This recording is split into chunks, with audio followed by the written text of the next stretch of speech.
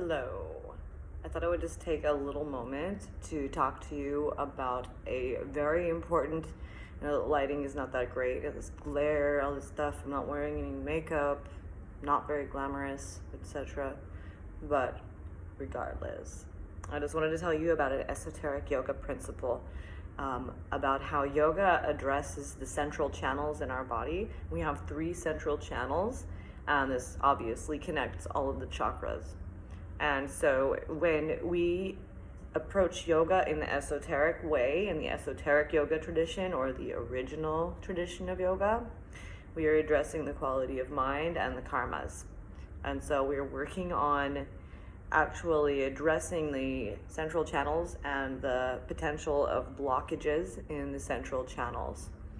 So since we are so very focused in our modern day, in the industrial kind of setting of being in a yoga studio and being very conditioned to associate yoga with a physical practice and not really much else, I'm going to show you how the sun salutations actually address the central channels.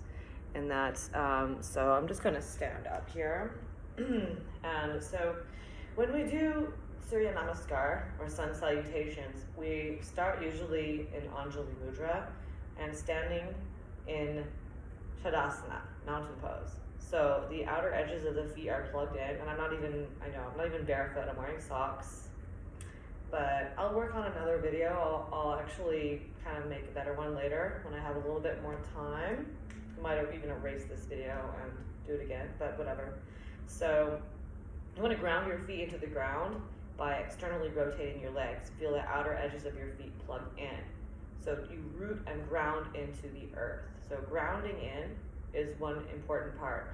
If you're using a latex mat, you may not experience full grounding because you're going to be insulated from your electrical current with the earth's electromagnetic field. And what we're actually doing to help to assist the movement through the central channels is that we use the grounding and we use the energy of the earth also in this movement. And so we're focusing on really bringing the energy up the legs, up through the bottom of the spine, and all the way up through the skull, through the fontanelle, the top of the skull where your crown chakra is. And then the energy comes down and out in a toroidal field, right? A toroid. So it's like a big donut shape, right? So it comes from the middle, and it comes up and out and all around. This is like the structure of a tree.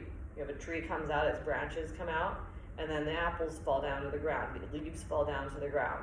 And then the leaves on the ground nourish the roots, which come out like this. So we have this whole shape all around us. Our electromagnetic field is this big spherical donut shape. It goes through the center and goes up. So as we move through our sun salutations, you exhale your arms down. You inhale back up to Anjali Mudra. And exhale and center into the earth. And then inhale. And then exhale. And then you start to move through your sun salutations. So going into top of a plank. And then you're coming through, your elbows are coming back to the outer edges of your rib cage. And then you inhale and you come to the tops of your feet, keeping your knees off of the mat. So once again, I know you can't see me.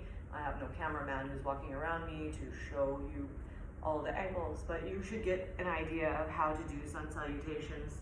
There's a lot of other videos. You're gonna come back.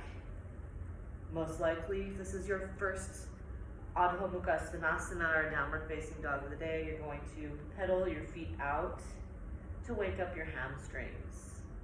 So turn for you a little bit to show you this movement. Just kind of walking it out, straightening one leg at a time, one after the next, just to kind of get that awakened hamstring effect. So hamstrings come all the way up the back of your thighs. They're often quite tight, especially in males. Yeah, females, we get a little lucky. We have the elastin hormone in us that helps us stretch a little bit more. Helps us to have babies and stretch our belly out. We got that. And then you're just gonna walk up to the top of your mat, come back up and inhale.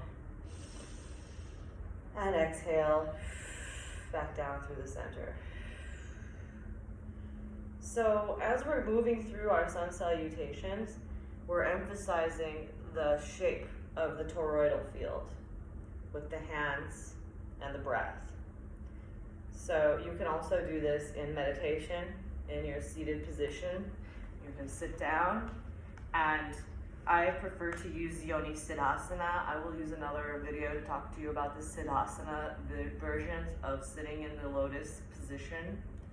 Siddhasana helps remind you to pull up your pelvic floor to engage Mula Bandha, the root lock, and just really work on sealing in the energy that often otherwise wants to dump down your legs, because it's very important for our Tantra yoga, or our pleasure embodiment practice, and our divine embodiment practice to start to pull the erotic and sensual energy up so that it can circulate through the body, and you can work on being an embodiment of pleasure itself. So sitting in this position, you might want to simply breathe through your toroidal field. So as you inhale, you imagine the breath coming all the way up through the top of your head. And as you exhale, you imagine that breath spilling down, back down to the ground, and coming up around. As you inhale, the air is coming back up. So really working on moving your breath this way eventually will make it easier for you to feel less urgency to have an orgasm, to experience sexual pleasure, because you will be turned on and it will be moving and cycling through your body, and your body will be making love to itself. You will have your sun current on the right side, your moon current on the left side. These are the two of the three central channels, the Pingala and the Ida, the masculine sun and the feminine moon. And then in the middle, we have Sushumna Nadi, the middle. So these are they're called nadis, the three channels that connect all of our central boss chakras, our main chakras. It's said that we have 114 chakras in our body, but it's also said in other traditions that we have more like 1,000 or something like that. Is a lot. There are energy vortexes throughout the body that correlate with the meridian lines that run from the skull to the feet.